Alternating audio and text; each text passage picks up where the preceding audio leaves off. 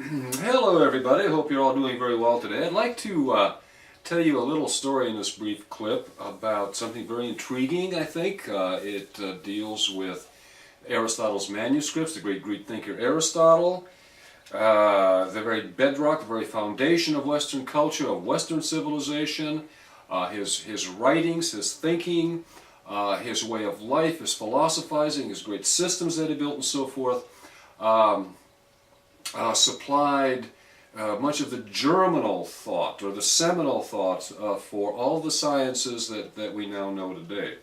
Anyway, here's what happened. Here's what happened with his manuscripts. Theophrastus was the last headmaster of Aristotle's original school in Athens. His original school was called the Lyceum, and it was established in about 335 BC. Theophrastus, the last headmaster, died in 284, leaving a will containing one strange clause: I leave all of my books to Neleus. Theophrastus bequeathed the school's garden and the building near the garden to other scholars, but all of his books, however, he left to this fellow called Neleus. Why was this person singled out for this exceptional privilege? And what books did Theophrastus mean? Neleus was probably at this time the only man alive who had been taught by Aristotle in person.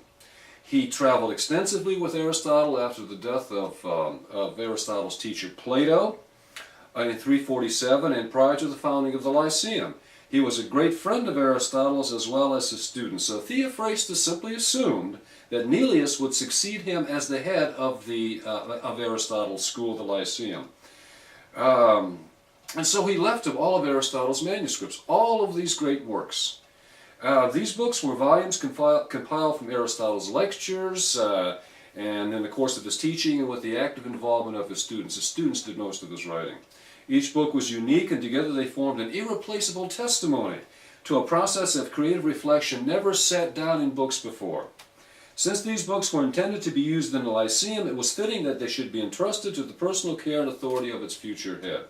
However, Neleus was not elected the head of the Lyceum, and Neleus was very angered and really quite hurt by all this, so he returned home, he returned to his birthplace, and he took all of these manuscripts with him.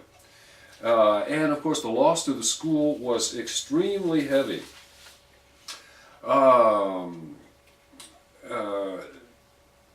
Now, Strato, who became the headmaster instead of Neleus, wanted to get a hold of these books, of course, of Aristotle's books. So he sent envoys in order to tempt Neleus monetarily to release Aristotle's manuscripts.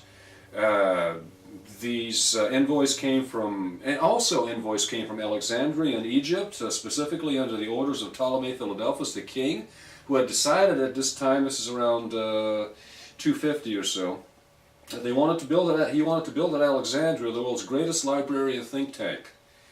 Neleus duped the envoys by selling them various unimportant treatises, including writings by Theophrastus. But he also included a large number of books he called Aristotle's books, by which he really meant those books previously owned by Aristotle, but certainly not his own works. At first the Alexandrians had no idea that they had been taken in. After the death of Neleus, his relatives hid their treasured and much sought-after books in a deep hole beneath their house. After a while, no one gave them any more thought. In fact, it was assumed that all of the books, all the manuscripts of Aristotle were completely lost, completely forgotten. By this time, the great center of learning, the Library and Museum of Alexandria, Aristotle's ideas, or what were thought of his ideas, as imported from the scholars at the Lyceum, were much written about and discussed. On his death, let's see, I want to skip that. Okay, it was, I think, let's see, right around 133 BC,